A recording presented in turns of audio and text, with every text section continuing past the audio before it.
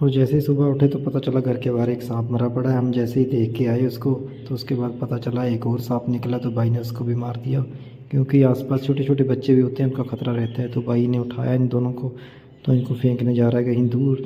तो सांप अभी भी हिल रहे हैं, दोनों देख रहे हो, मरने के बाद भी हिल रहे हैं। तो उसके बाद गुरजाइश दिखा रही है अपना हैप्पी बैसाखी वाला चार्ट, क्योंकि इसको स्कूल में लेके जाना है।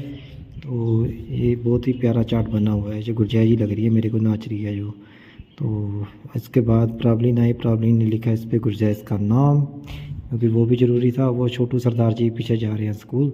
तो उसके बाद मैंने ये गाड़ी उठाई, लक्कड़ की गाड़ी बना रखी मैंने खुद से। तो इसको करनी है पॉलिश।